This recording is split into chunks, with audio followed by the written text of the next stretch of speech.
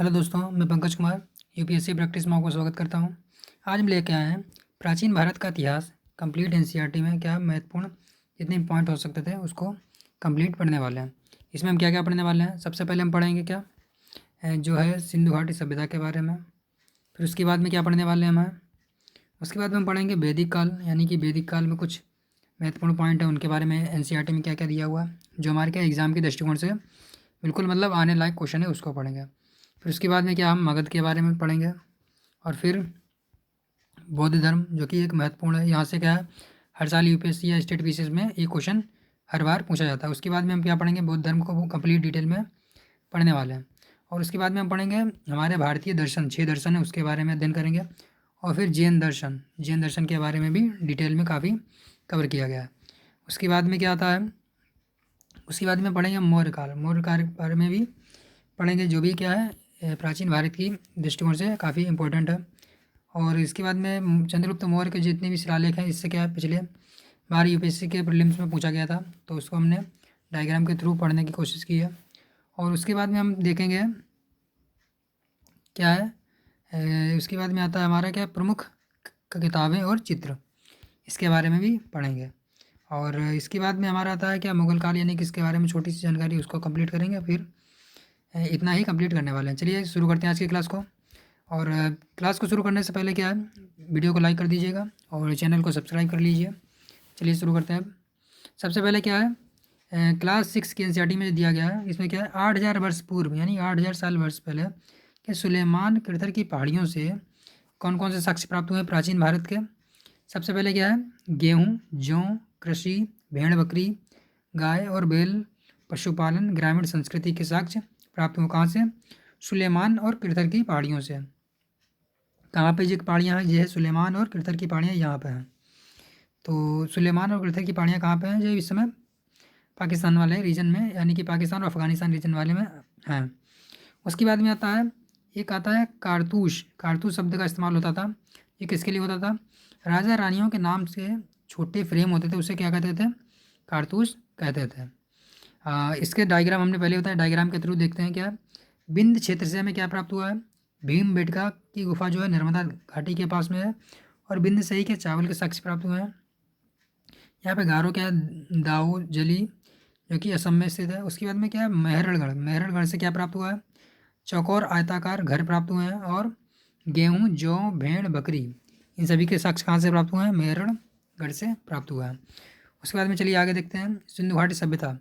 यहाँ के सभ्यता के जो मतलब सिंधु घाटी सभ्यता के जो मकान बने हुए थे वो कैसे बने थे? इसका जो भाग पश्चिमी जो था, यानी कि नगर जो थे यहाँ के पश्चिमी भाग जो था वो काफ़ी छोटा था, ऊंचा था, नगर दुर्ग जिसे कहते थे, और यह क्या खास लोगों के लिए बनाया गया था।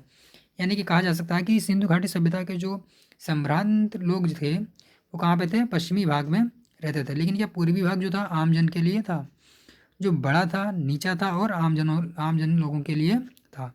तो ये क्वेश्चन पूछा जा सकता है कि सिंधु घाटी सभ्यता का पश्चिमी भाग जो था क्या संभ्रांत लोगों के लिए था, यानी कि खास लोगों के लिए था, और पूर्वी भाग जो आम जनता के लिए था। पश्चिमी भाग जो था ऊंचा और छोटा था, जिसे नगर दुर्ग कहते थे, और पूर्वी भाग जो था बड़ा और नीचा था। चलिए आगे देखते हैं। आगे आता है इसमें क्या ईंटों का इस्तेमाल कैसे था? ईंटें क्या थे? पक्की ईंटें 4 दीवारी की थी। उसके बाद महान स्नानघर, जो कहाँ से प्राप्त हुआ? हमारा मोहनजोदड़ो से हमारा महान स्नानघर प्राप्त हुआ है। लेकिन अग्निकुंड के साक्ष्य कहाँ से प्राप्त हुए हैं? लोथल और कालीबंगा से हमें अग्निकुंड के साक्ष्य प्राप्त हुए हैं। उसके बाद में था लाल मिट्टी के बर्तन काली डिजाइन किए हुए, यानी कि यहाँ पे जो बर्तन प्राप्त हुए हैं वो कैसे हैं? लाल मिट्टी के बर्तन हैं और काली डिजाइन किए हुए हैं, यानी कि लाल मिट्टी के बर्तन है जिसपे क्या काले रंग की डिजाइन की गई है। उसके बाद में आता है मेहरणगढ़ से कपास के भी साक्ष्य प्राप्त हुए, यानी कपास की खेती और सूत की कताई के साक्ष्य प्राप्त हुए, जो कहा है 7,000 वर्ष पूर्व मतलब प्राचीन है। और इसके बाद में हड़प्पा सभ्यता में क्या मुख्य रूप से जो जो क्या कहते हैं तांबा कहाँ से आता था? राजस्थान और ओमान से।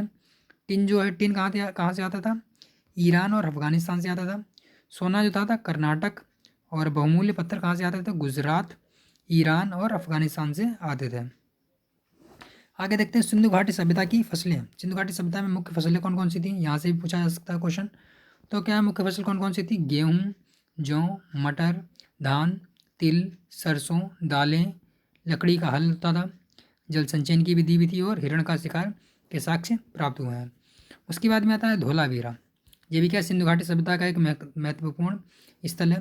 धोलावीरा की सबसे महत्वपूर्ण खासियत है कि यह नगर जो था 3 भागों में बटा हुआ था। यानी कि धोलावीरा जो था 3 भागों में बटा हुआ था और यहाँ पे क्या है, कच्छ गुजरात में ये इस मतलब खादिर बेंत में स्थित है।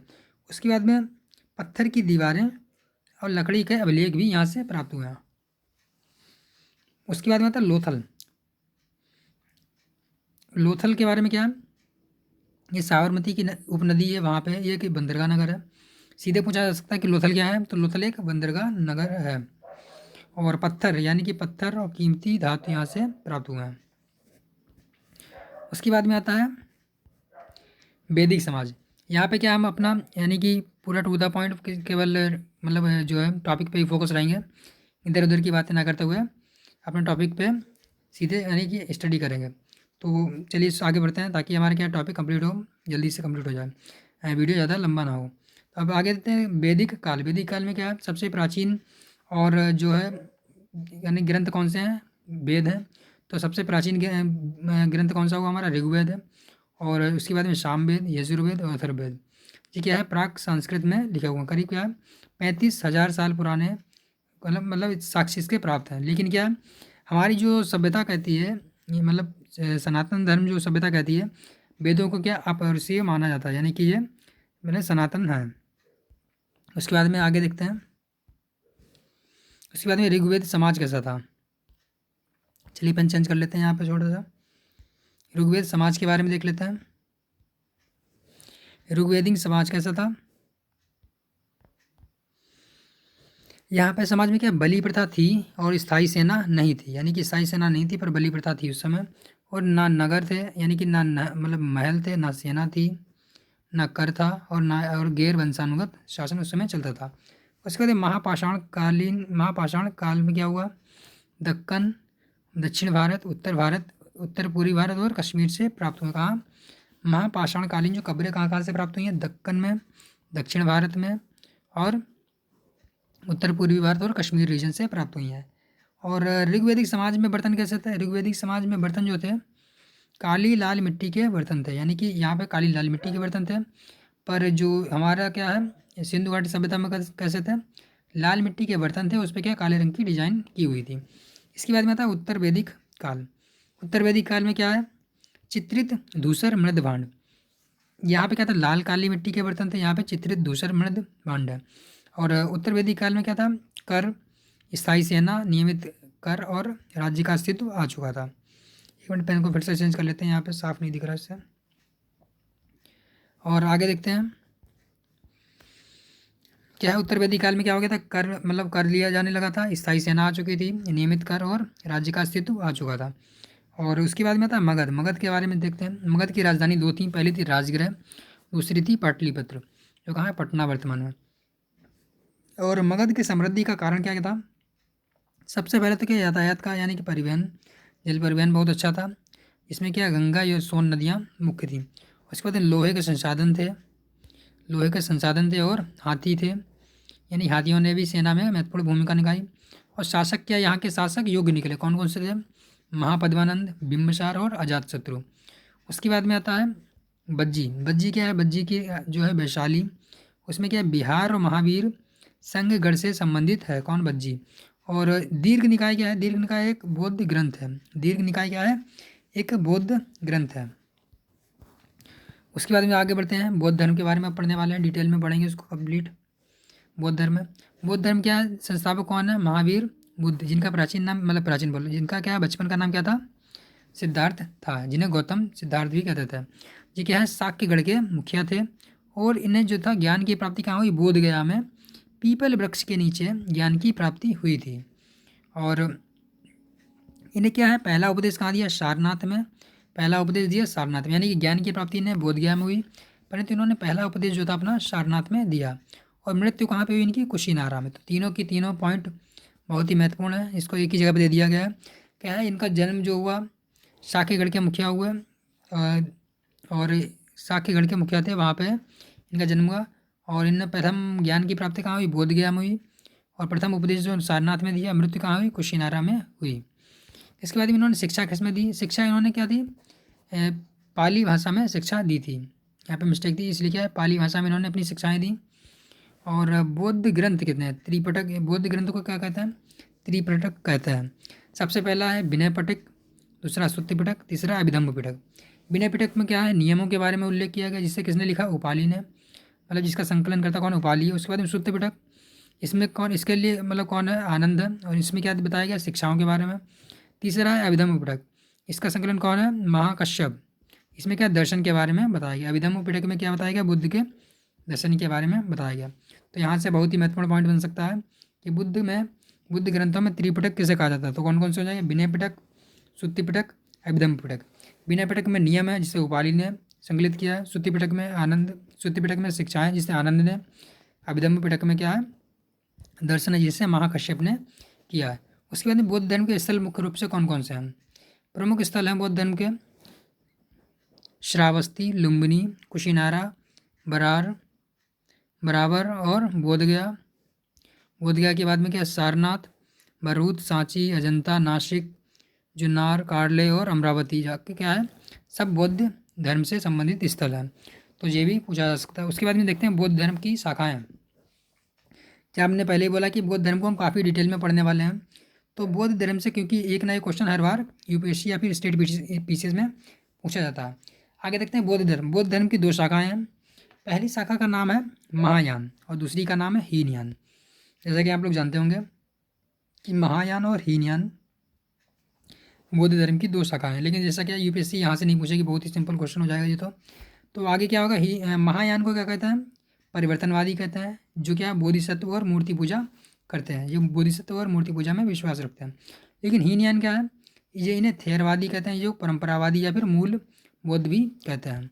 ये बात आपको पता होनी चाहिए। तो उसके बाद में देखते हैं बराबर की गुफा जो किसने बनवाई थी? अशोक ने। किसके लिए? आजीवक के लिए।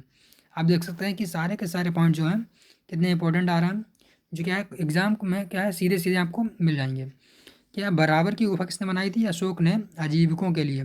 कब? 3री ईसा पूर्व में। उसके बाद मंदिर कला के बारे में देख लेते हैं।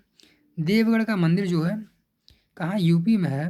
5वीं ईस्वी में बनवाया था। और कैलाशनाथ मंदिर, देवगढ़ मंदिर, उसके बाद में कैलाशनाथ मंदिर। और महाबलीपुरम में क्या है? तमिलनाडु में है। महाबलीपुरम नबिल मंदिर है। इसमें क्या? गंगा के दृश्य और अजंता हाथी के चित्र अंकित हैं।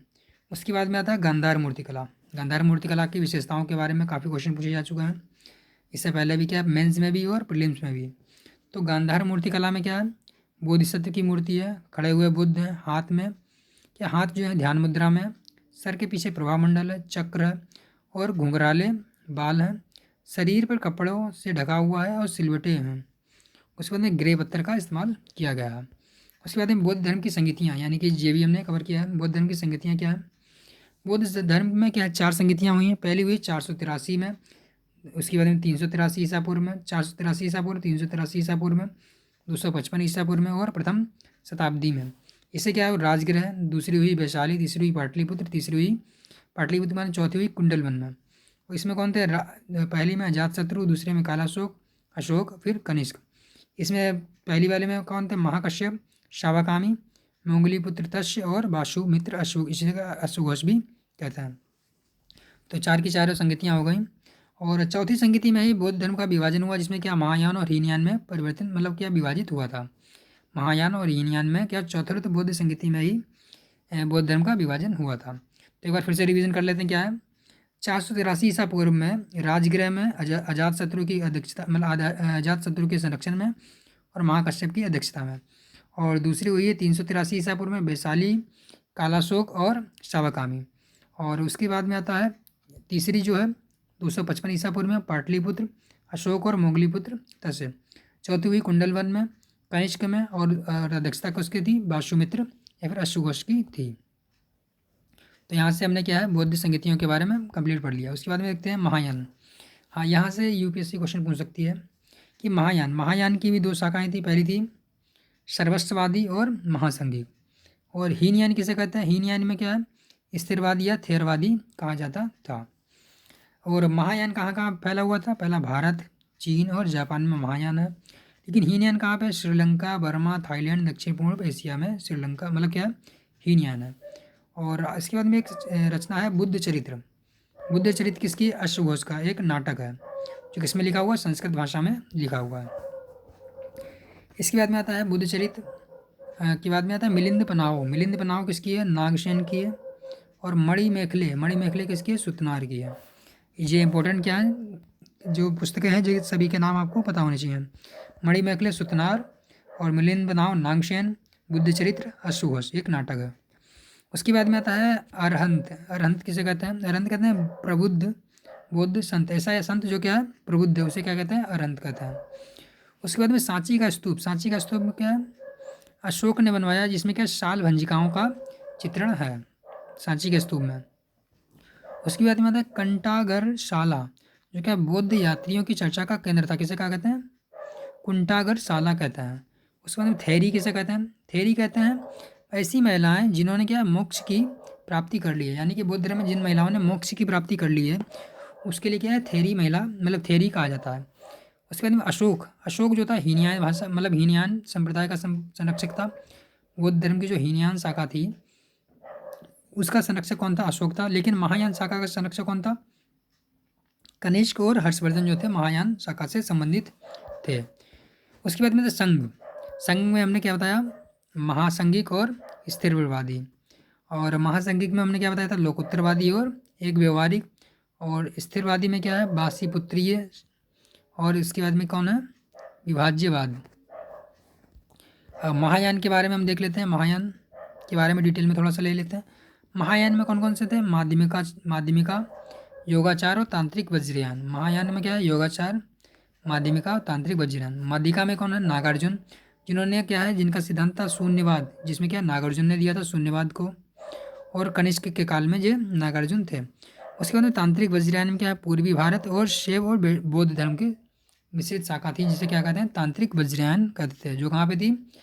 पूर्वी भारत में। इसमें क्या ज़्यादा डिटेल में जाने की जरूरत नहीं है, सीधे सीधे पूछा जा सकता है क्या? तांत्रिक वज्रयान शाखा जो थी भारत में कहाँ पे थी? तो क्या हो जाएगा? उत्तर यानी कि पूर्वी भारत में थी, जिसमें क्या शैव और बौद्ध धर्म से संबंधित थी मुख्य रूप से। आगे देखते हैं। उसमें नहीं पवरन जो पूछा जा चुका है पहले से पीवाई को, अगर आपने देखा होगा तो आप जानते होंगे कि पवरन के बारे में पूछा गया है। पवरन में क्या है? बौद्ध भिक्षु जो थे जो अपना अपराध स्वीकार करने के लिए वर्ष में एक बार आते थे, जिसे क्या कहते थे? पवरन या पवराना कहते थे। उसके बाद बोधिसत्व। बोधिसत्व क्या है?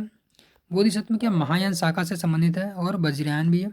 इसमें क्या पुरुष और जानवर के रूप में, यानी कि जो बुद्ध जो है पुरुष और जानवर दोनों के रूप में जो है क्या अवतार ले सकते हैं। बोधिसत्व में क्या अवलोकेश्वर पद्मपाणि की भी मूर्ति है, जो क्या है?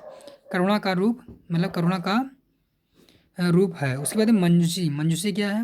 नग्न तलवार हाथ में लिए हुए है, जिसका मतलब है कि झूठ और त्रुटि को नाश करना। उसके बाद में पद्मपाणि। पद्मपाणि का मतलब क्या है? पद्मपाणि का मतलब है बुराइयों का नाश करने वाला। और उसके बाद में मैत्रेयी। मैत्रेयी है जो भावी बुद्ध को क्या कहते हैं? मैत्रेयी कहते हैं। उसके बाद में क्षितिज गर्भ। क्षितिज गर्भ का मतलब है क्षितिज गर्भ का मतलब है शुद्धिकरण। क्या है? शुद्धिकरण का संरक्षण। उसके बाद में अन्य बौद्ध ग्रंथ कौन कौन से हैं उसको देख लेते हैं। मिलिंद पनाह, दीपवंश, महावंश और उल्वासा, विप्लय सूत्र और मणि मेखला। ये सब क्या बौद्ध ग्रंथ से संबंधित ग्रंथ और कार्य हैं। तो बौद्ध धर्म को आप देख सकते हैं कि बौद्ध धर्म हमारा कंप्लीट हो गया। इसको हमने कितने डिटेल में लिया, तो ये अगर बौद्ध धर्म से संबंधित कोई भी क्वेश्चन आता है तो आप सिंपली सॉल्व कर लेंगे बहुत ही आसानी से। और इसके बाद में आता है बौद्ध धर्म के बाद में हमारे 6 दर्शन है भारत में, उसके बारे में संस्थापक को देख लेते हैं। भारत के 6 दर्शन कौन कौन से हैं? मुख्य रूप से मुख्य दर्शन जो है, पहला है वैशासिक। वैशासिक के कौन है? कणाद है। न्याय के कौन है? गौतम है। सांख्य के कौन है? कपिल मुनि है। योग के कौन है? पतंजलि है। पूर्व मीमांसा के जैमिनी और उत्तर मीमांसा के व्यास। उत्तर मीमांसा को ही क्या कह देते हैं? वेदांत भी कहते हैं। उसके बाद में एक पाणिनि की एक रचना है अष्टाध्यायी, जो क्या संस्कृत व्याकरण से संबंधित पुस्तक है। उसके बाद में आता है आप जैन धर्म। जैन धर्म के बारे में देख लेते हैं। इसको भी हम क्या काफ़ी डिटेल में पढ़ने वाले हैं। जैसे हमने बौद्ध धर्म को डिटेल में पढ़ा है वैसे ही जैन धर्म को भी डिटेल में पढ़ने वाले हैं। जैन धर्म क्या है 500 ईसा पूर्व हुआ था। इसमें क्या 24वें तीर्थंकर कौन थे? महावीर वर्धमान, यानी कि वर्धमान महावीर जो थे 24वें तीर्थकर थे, जो क्या है बज्जी संघ से संबंधित थे, लक्ष्मी कुल के क्षत्रिय थे। और इन्होंने घर कब छोड़ा था? 30 वर्ष की आयु में घर छोड़ दिया और 12 वर्ष की तपस्या के बाद इन्हें यानी कि 42 वर्ष की आयु में ज्ञान की प्राप्ति हुई। इन्होंने शिक्षा किस में दी? प्राकृत भाषा में दी। और बुद्ध ने किस में दी थी? पाली में दी थी। यहाँ पे जैन में क्या होता है? जिन, जो विजेता कहते हैं, जो अपनी इंद्रियों पे जीत ले उसे क्या कहते हैं? जिन कहते हैं या फिर जैन कहते हैं। उसके बाद में संघ, संघ में क्या जैन और बुद्ध दोनों से संबंधित है संघ। विनय पिटक हमने क्या बताया? बुद्ध की शिक्षाओं से संबंधित है। इसमें क्या स्त्री पुरुष के अलग अलग व्याख्याओं के बारे में बताया गया। और इसके बाद में आता है जरथुष्ट ईरानी पैगंबर, जो क्या पारसियों के पूर्वज थे, उन्होंने क्या जैन अवेस्ता ग्रंथ की रचना की थी। इसके बाद में आता है भगवती सूत्र। यहाँ पे हमने क्या पढ़ा? विनय पिटक क्या है? विनय पिटक ग्रंथ जो बौद्ध भिक्षुओं के नियम से संबंधित था। और भगवती सूत्र जो था हमारा जैन ग्रंथ था। इसमें क्या मक्खली घोषाल की आलोचना की गई है। और जैन धर्म के प्रथम संस्थापक कौन थे? ऋषभनाथ, यानी कि ऋषभ देव जो थे प्रथम संस्थापक थे। जैन धर्म के प्रथम संस्थापक कौन थे? ऋषभ देव थे। और उसके बाद में 540 ईसा पूर्व में वैशाली कुंडल ग्राम में किसका जन्म हुआ था? महावीर का जन्म हुआ था। उनके बाद की मृत्यु इनकी कहाँ पे हुई? शाल वृक्ष के नीचे 468 ईस्वी में, यानी कि इनके जन्म हुआ 540 में और मृत्यु हुई 468 ईस्वी में, जो कहाँ पे? साल वृक्ष के नीचे 72 वर्ष की आयु में। और उसके बाद हम देखते हैं यजुर्वेद में क्या है? यजुर्वेद जो हमारा है प्राचीनतम वेदों में यजुर्वेद, इसमें तीन जैन जो हैं तीर्थकर हैं उनके बारे में चर्चा की गई है। तो कौन कौन से तीर्थकर हैं जिनका वेदों में चर्चा है? पहले हैं ऋषभदेव, दूसरे हैं अजीतनाथ और तीसरे हैं अरिष्टनेमी। अरिष्टनेमी क्या है? 21 में है। और उसके बाद में देखते हैं राजगृह पावापुरी के बारे में देख लेते हैं। पहला आता है दिगंबर, यानी कि जैन धर्म का जो जैन धर्म था इसके जो भी क्या है 2 शाखाओं में बट गया था, दिगंबर और श्वेतांबर। बौद्ध धर्म क्या था? महायान और हीनयान में बटा, लेकिन क्या जैन धर्म जो है दिगंबर और श्वेतांबर में बटा।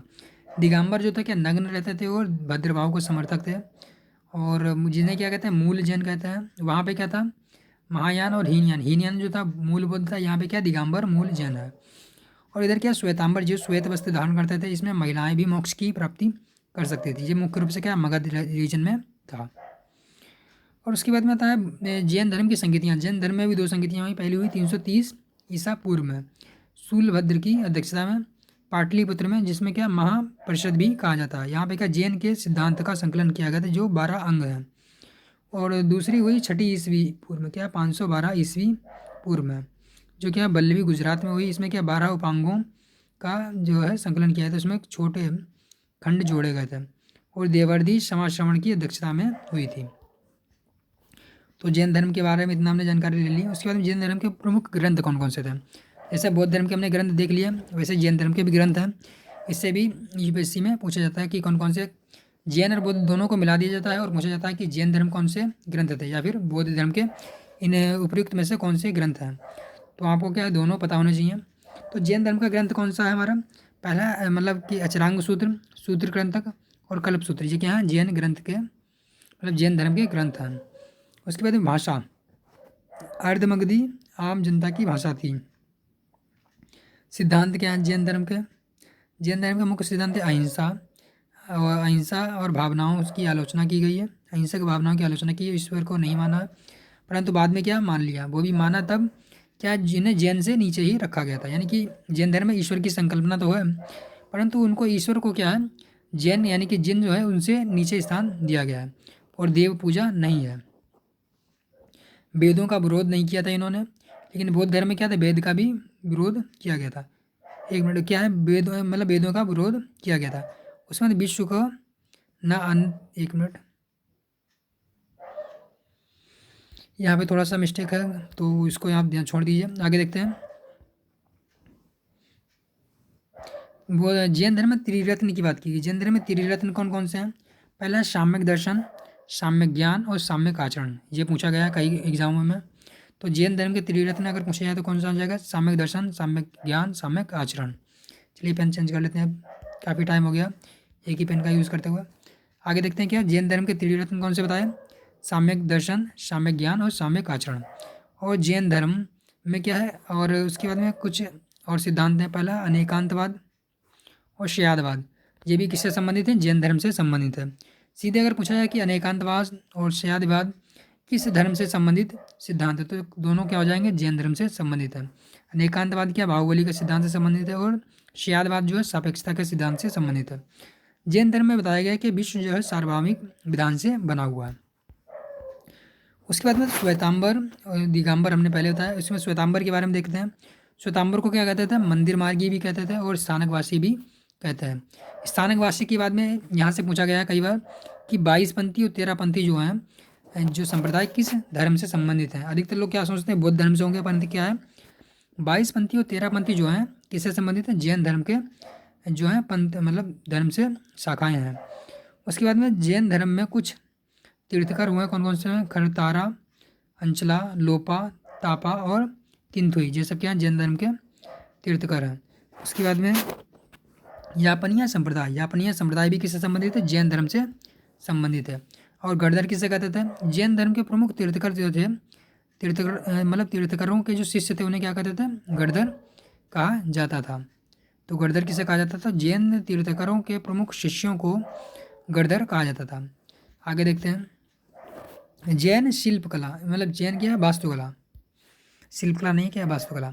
जैन की वास्तुकला में मुख्य रूप से क्या है, गुफाएं हैं। पहली गुफाएं कौन सी, एलोरा की गुफा जो कहाँ है, महाराष्ट्र में है। मंगी तुंगी की गुफा कहाँ है, वो भी महाराष्ट्र में है। गंजापंथी की गुफा कहाँ पे, नासिक महाराष्ट्र में है। उदयगिरी खंडेरी, ये भी कहाँ है, उड़ीसा में है। हाथी गुफा के जो कहाँ पे है, ये भी उड़ीसा में। उसके बाद सित्तन वासल की गुफा जो कहाँ पे है, तमिलनाडु में।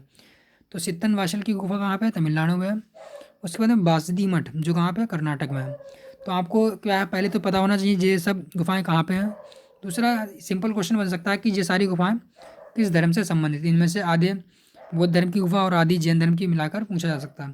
तो आपको बताना चाहिए एलोरा, मंगीतुंगी, गंजापंथी, उदयगिरी खंडेरी, हाथी गुफा और सित्तनवासल और बासदी मठ, ये सब किस धर्म से संबंधित है, जैन धर्म से संबंधित हैं। उसके बाद में आता है गोमतेश्वर बाहुबली।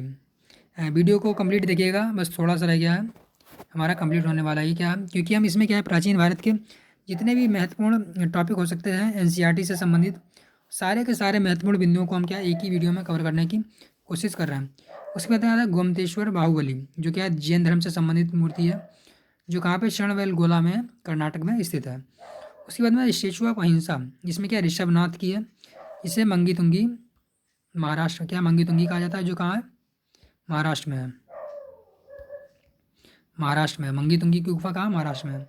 उसके बाद जैन धर्म से संबंधित मंदिर, पहला दिलवाड़ा का मंदिर माउंट आबू राजस्थान में है। गिरनार पालीथीन का मंदिर जो कहाँ है, गुजरात में। और क्या है, मुक्तगिरी मंदिर ये भी महाराष्ट्र में, यानी कि ये राजस्थान, गुजरात और महाराष्ट्र में है। दिलवाड़ा का माउंट आबू राजस्थान, गिरनार पालीथीन मंदिर गुजरात, मुक्तगिरी मंदिर कहाँ है, महाराष्ट्र में। ये तो हमने क्या है, जैन धर्म को भी कंप्लीट पढ़ लिया। आप देख सकते हैं कि हमने बौद्ध और जैन धर्म को कितना डिटेल में लिया है। इसको इतना डिटेल में लेना ज़रूरी भी था, क्योंकि अगर प्राचीन भारत से क्वेश्चन पूछा जाता है तो मुख्य रूप से क्या है, जैन धर्म या बौद्ध धर्म से ही क्वेश्चन बनता है। तो इसको हमने इतना डिटेल में लिया, तो क्वेश्चन अगर आता है तो पूरी संभावना रहेगी कि आपको इतने पढ़े में से ही मिल जाना चाहिए। उसके बाद में आता है जैन धर्म की बात में आता है मौर्यकालीन समाज। तो मौर्य काल का था 300 ईसा पूर्व में था, जिसके संस्थापक कौन थे, चंद्रगुप्त मौर्य थे। उसके बाद में कौन आया, बिंदुसार, और उसके बाद में अशोक, जो एक महान शासक होगा। उसके बाद में नजराना क्या था, अनियमित कर था, और कर जो था नियमित कर था। अशोक के अभिलेख किसमें, ब्राह्मी और प्राकृत लिपि में लिखा हुआ है। उसके बाद में था रामपुरवा। रामपुरवा कहाँ पे है, बिहार में है। रामपुरवा जो है उसमें क्या है, बेल स्तंभ है। इसका इस्तेमाल राष्ट्रपति भवन में भी किया गया। अशोक ने धर्म प्रचार कहाँ कहाँ किया, सीरिया में किया, मिस्र में किया, ग्रीस और श्रीलंका में भी किया। अशोक के अभिलेख, उनको हम देख लेते हैं एक डायग्राम के थ्रू, सारे के सारे अभिलेखों को एक साथ। तो पहला है लंपक, कांधार, गिरनार, शोपारा, संति, और उसके बाद कौशाम्बी देख सकते हैं, ब्रह्मगिरी कहाँ पे है हमारा, और एरागुड़ी, ये सारे के सारे आंध्र प्रदेश और कर्नाटक के रीजन में हैं। और उसके बाद में आता है इलाहाबाद में भी मेरठ का स्तंभ है, सारनाथ में, रामपुरवा, लौरिया नंदन, लुम्बिनी, कालसी। कालसी कहाँ पे? उत्तराखंड वाले रीजन में। टोपरा, बहादुर क्या है, बहापुर और मानसौरा अभिलेख, शाहबाजगढ़ी। ये सारे के सारे क्या है, जैन क्या कहते हैं कि अशोक के अभिलेख हैं, अशोक के प्राचीनतम अभिलेखों का स्थल है। आगे देखते हैं लोहे का प्रयोग। अब लोहे के प्रयोग के बारे में देखते हैं। लोहे का प्रयोग कब हुआ था? 1000 ईसा पूर्व में सबसे प्रथम लोहे का उपयोग हुआ था। इसके बाद में दक्षिण और उत्तर में क्या मुख्य अंतर है? उत्तर में तो ग्राम भोजक किसे कहते थे? ग्राम प्रधान के मुखिया को क्या कहते हैं? ग्राम भोजक कहते थे। उस समय की क्या वंशानुगत था। परंतु दक्षिण भारत में क्या था? बेल्लाल। बेल्लाल जो था बड़े भूस्वामी को क्या कहते थे? बेल्लाल कहते थे। और उषड़वार जो था साधारण हलवा को उषड़वार कहते थे। उसके बाद में कडेसियार और आदिमाई क्या कहते थे? भूमिहीन मजदूर को या दास को क्या कहते थे? कडेसियार या आदिमाई। उसके बाद में आता है अर्केमेडू। अर्केमेडू क्या है? पांडुचेरी या रोम के साथ व्यापार से संबंधित है और यह भूमध्य सागरीय एम्फिल पात्र से, जिसमें क्या भूमध्य सागरीय से। उसके बाद एम्फोरा पात्र जो क्या है? शराब की बोतलों से संबंधित है। उसके बाद में आगे देखते हैं कावेरी पट्टनम जो है पूर्वी समुद्री तट का चोलकालीन एक पत्तन था, कावेरी पत्तनम। और मूवेंदार किसे कहते हैं? जो चोल, चेल और पांड्य इन तीनों से संबंधित छात्र, मतलब जो इन तीनों से संबंधित था उसे क्या कहते हैं? मूवेंदार कहा जाता था। उसके बाद में आता है हमारे सर्वप्रथम सोने के सिक्के जो थे कुषाणों ने, मतलब सबसे शुद्धतम सोने के सिक्के किसने तैयार किए? कुषाणों ने तैयार किए। और बौद्ध धर्म की मूर्ति कला जो चंद्रगुप्त मौर्य के काल में बौद्ध धर्म की मूर्ति कला बनाई गई उसके बारे में देखते हैं। पहला है मथुरा, दूसरा तक्षशिला। मथुरा मूर्ति कला में क्या मुख्य रूप से प्राचीन, मतलब जिसकी विशेषता है? मथुरा मूर्ति कला की विशेषता है पहला लाल बलुआ पत्थर है, यानी कि लाल बलुआ पत्थर का इस्तेमाल मथुरा कला में किया गया। बुद्ध जो है खड़े हैं आशीर्वाद मुद्रा में, घुंघराले वाल हैं, हष्टपुष्ट हैं। ये बुद्ध धर्म की मथुरा कला की मुख्य विशेषता है। और तक्षशिला में क्या? बैठे हुए ध्यान मुद्रा में, शरीर पे कपड़े से ढका हुआ, सिर के पीछे प्रभा मंडल है। उसके बाद में फायान, हैंगशांग, उत्सकी, इन तीनों का काल मतलब क्या है? क्रमांक को पता होना चाहिए, कई बार पूछा गया। सबसे पहले आया था हैंगशांग जो किसके? चंद्रगुप्त मौर्य के काल में आया, मतलब गुप्त काल में आया था, 3री-4वीं शताब्दी में। फायान के बाद में आया हैंगशांग जो 6ठी-7वीं शताब्दी में आया, इससे हर्षवर्धन के काल में आया था। उसके बाद में युवित्सकी जो 7वीं ईस्वी में आया। और आगे देखते हैं जिनका काल भी आपको पता होना चाहिए। चोल काल, मतलब चोल, चेर और पांड्य, ये इनका क्रम है। सबसे पहले आएंगे चोल, फिर चेर, फिर पांड्य।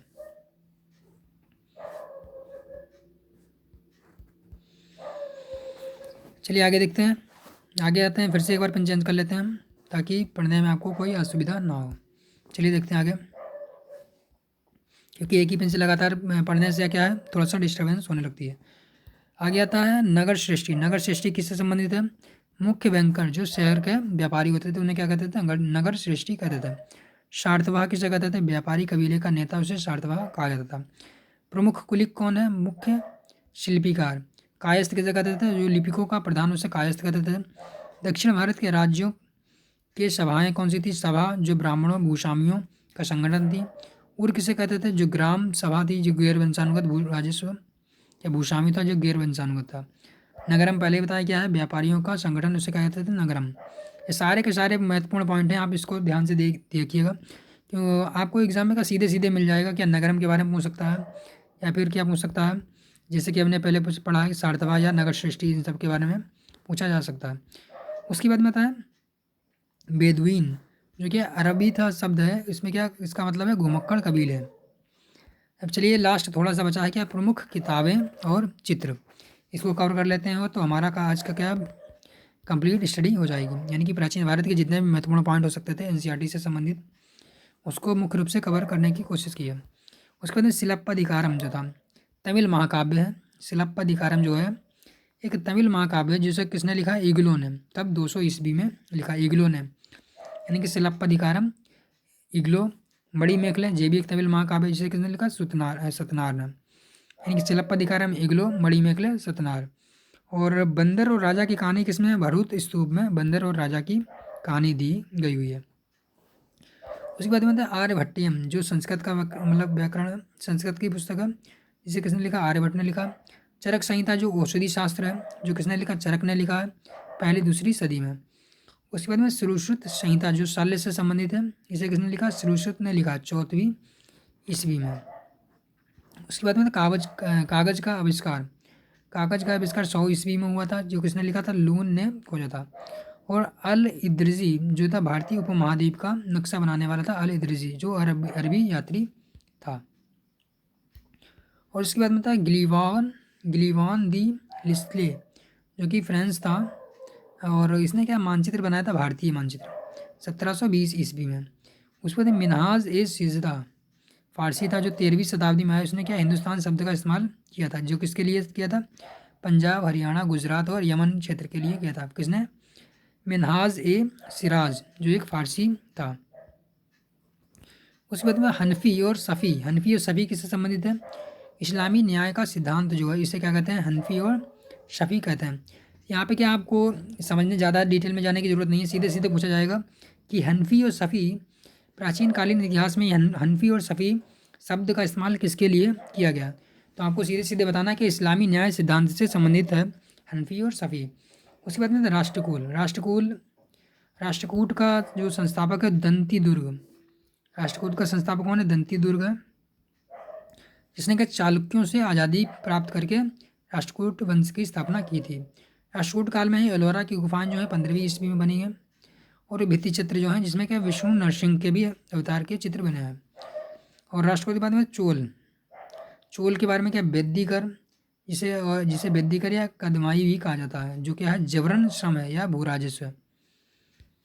बेद्दीकर जो है जबरन श्रम है, और कदमाई क्या है? एक भूराजस्व है।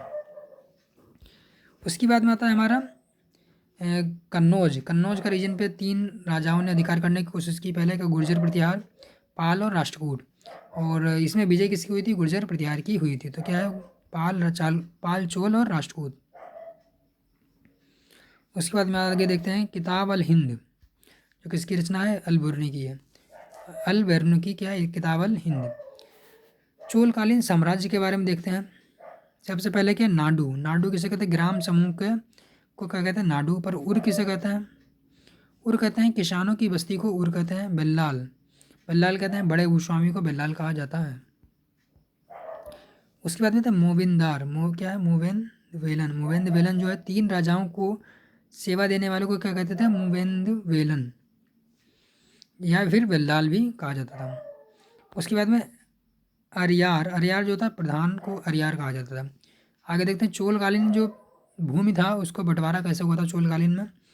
पहले कहते थे बेल्लन बिगाई किसे कहते थे? गैर ब्राह्मणों के भूस्वामी को बेल्लन बिगाई कहते थे। और ब्रह्मादेव ब्राह्मणों को जो उपहार दी जाती थी भूमि उसे कहते थे। शालाबोग जो विश्वविद्यालय को रखरखाव के लिए दी गई भूमि। देवदान या तिरुनानमुट्टई भूमि, जो किसे कहते थे? मंदिर को उपहार में दी गई भूमि को देवदान या तिरुनानमुट्टई कहा जाता था। उसके बाद में आता है नगरम, जो हमने पहले पढ़ लिया है, इससे पहले पढ़ चुके हैं। नगरम क्या है? व्यापारियों के संघ को नगरम कहते थे। ये इसका इस्तेमाल मतलब इसका पता कहाँ से लगा है? उत्तर मेरू अभिलेख से पता लगा है। उसके बाद में पेरियापुरम जो क्या तमिल कृति है, इसमें क्या समाज के वंचित वर्गों के दशा के बारे में बताया गया। क्या नाम है? पेरियापुरम। आज यहाँ से क्या हमारा प्राचीन भारत कंप्लीट हो गया। अब थोड़ा सा यानी कि मध्यकालीन के छोटे से पॉइंट हैं जो इसमें हम देख लेते हैं। दिल्ली सल्तनत के बारे में क्या है? कुतुब मीनार का निर्माण किसने किसने करवाया? कुतुबुद्दीन ऐबक ने, इल्तुतमिश ने और फिरोज शाह तुगलक ने। इन तीनों ने कुतुब मीनार के निर्माण में पूर्ण कराने में अपनी महत्वपूर्ण भूमिका निभाई थी। उसके बाद में अलाउद्दीन खिलजी और मोहम्मद तुगलक के बारे में छोटी सी जानकारी दी है। अलाउद्दीन खिलजी और मोहम्मद तुगलक इन दोनों की विशेषताएं क्या? अलाउद्दीन खिलजी ने स्थायी सेना रखी, इसने भी स्थायी सेना रखी। मंगोल का आक्रमण हुआ 2 बार, पहला 1299, दूसरा 1303 में। और इसमें क्या ट्रांस ऑक्सियन पर हमला की योजना इसने बनाई थी। किसने? मोहम्मद तुगलक ने। अलाउद्दीन खिलजी ने क्या गौरसिया का शहर और सेना हेतु बनाया था, इसे क्या सीरी का कोट कहते थे। इसने क्या पुराने शहरों का दिल्ली है कुहान के सैनिक की छावनी बनाई। उसके बाद में सैनिकों की आय और भूख का प्रबंध किया। इसने क्या खाद्यान्नों प्लस करों का भी किया था। आगे इसके में गंगा यमुना का दुआब कर किया। इसने क्या नगद वेतन किया, इसने भी नगद वेतन रखा। कीमत नियंत्रण का इसने की कोशिश की, पर इसने क्या किया? टोकन मुद्रा जारी की। प्रशासनिक काल इससे सफल रहा पर इसका असफल रहा। और मुगल काल के बारे में देख लेते हैं छोटी सी जानकारी। मुगल काल में क्या चंगेज़ खान जो था, जो क्या मंगोल जो था माता की तरफ से था, और तैमूर जो था पिता की तरफ से था। और पिता कौन थे? तैमूर थे। अच्छा, इसके क्या है, इसमें क्या बारूद तकनीक का इस्तेमाल भी मुगल काल में ही किया गया था। और प्रथम बार कब हुआ था? 14वीं सदी में, गुजरात, मालवा, दक्कन में। और 16वीं सदी में युद्ध में पहली बार क्या तोप का इस्तेमाल हुआ था? क्या है 1526 ईस्वी में पानीपत के प्रथम युद्ध में। और अकबरनामा के बारे में देख लेते हैं। अकबरनामा किसने लिखी? अबुल फजल ने। ये क्या है, अकबरनामा 3 जिल्द में बनाई गई, पहली जिल्द, दूसरी, तीसरी। पहली में अकबर के पूर्वजों के बारे में, दूसरी में शासन की घटनाओं के बारे में, और तीसरी में क्या आईने अकबरी के प्रशासन और राजस्व के बारे में बताया गया। तो इस प्रकार से हमने क्या प्राचीन भारत के इतिहास को कंप्लीट अध्ययन कर लिया। आप देख सकते हैं कि हम लोगों ने कितनी मेहनत की है। एनसीईआरटी के जितने भी महत्वपूर्ण पॉइंट हो सकते थे उसको कंप्लीट कवर कर लिया। सबसे पहले हमने पढ़ा क्या? सिंधु घाटी सभ्यता, उसके बाद में भृगुवैदिक काल, उत्तर वैदिक काल, बौद्ध धर्म, जैन धर्म, और उसके बाद में हमने पढ़ा है भारतीय दर्शन, और उसके बाद मैंने मौर्य काल पढ़ा है। मौर्य काल के बाद में हमने पढ़ा क्या है? प्रमुख किताबें और चित्रों के बारे में पढ़ा है। और इसके बाद कुछ पढ़ा है हमने कहाँ पे? दिल्ली सल्तनत के बारे में और मुगल काल के बारे में। तो आप देख सकते हैं कि हम लोगों ने कितनी मेहनत की है। तो इस हिसाब से क्या है, वीडियो के लिए 1 लाइक तो बनता है। और वीडियो अच्छा लगा हो तो लाइक कीजिए, चैनल को सब्सक्राइब कीजिए। यहाँ तक वीडियो देखने के लिए धन्यवाद।